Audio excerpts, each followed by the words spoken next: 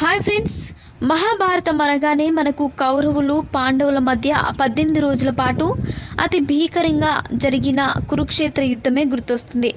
యుద్ధంలో కౌరవులు 100 మంది చనిపోతారు. అసలు ఈ యుద్ధం కురుక్షేత్రం అనే ఏ ప్రదేశంలో జరగడం వల్ల కురుక్షేత్ర యుద్ధంగా మారిపోయింది.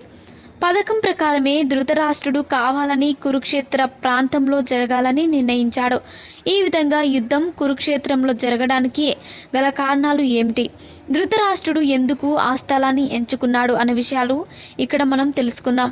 హర్యానా రాష్ట్రంలో కురుక్షేత్రం అనే ప్రాంతం ఉంది.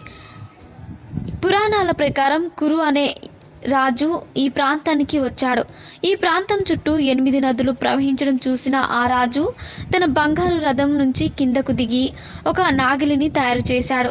ఆ తర్వాత ఆ పరమశివుని పూజించి అతని ఆజ్ఞ మేరకు అతని వాహనమైన నందిని, యముడు ఆజ్ఞ మేరకు యముడి వాహనమైన మహిషాన్ని తీసుకువచ్చి వాటిని నాగలికి కట్టి ఇక్కడ భూమిని దున్నటం మొదలుపెట్టాడు.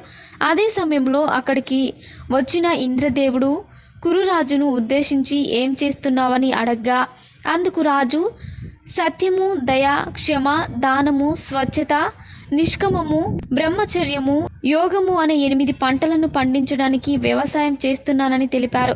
మరి కొద్ది సమయానికి విష్ణుదేవుడు వచ్చి అదే ప్రశ్న అడిగాడు.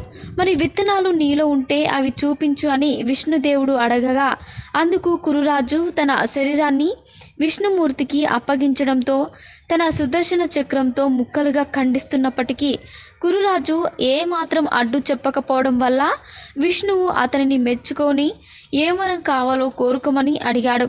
అతను మరణించిన తర్వాత ఈ ప్రాంతం తన పేరు మీదుగా వర్ధిల్లాలని, ఈ ప్రాంతంలో మరణించిన వారికి స్వర్గప్రాప్తి కలగాలని విష్ణుదేవుణ్ణి ప్రార్థించాడు. ఈ క్రమంలోనే అప్పటి నుంచి ఈ ప్రాంతం కురుక్షేత్రంగా మారిపోయింది. ఇక మహాభారతం విషయానికి వస్తే పాండవులు కౌరవుల మధ్య యుద్ధం ఎక్కడ నిర్వహించాలనే చర్చ వచ్చినప్పుడు అందుకు ధృతరాష్ట్రుడు కురుక్షేత్రంలో యుద్ధం జరగాలని నిర్ణయించాడు.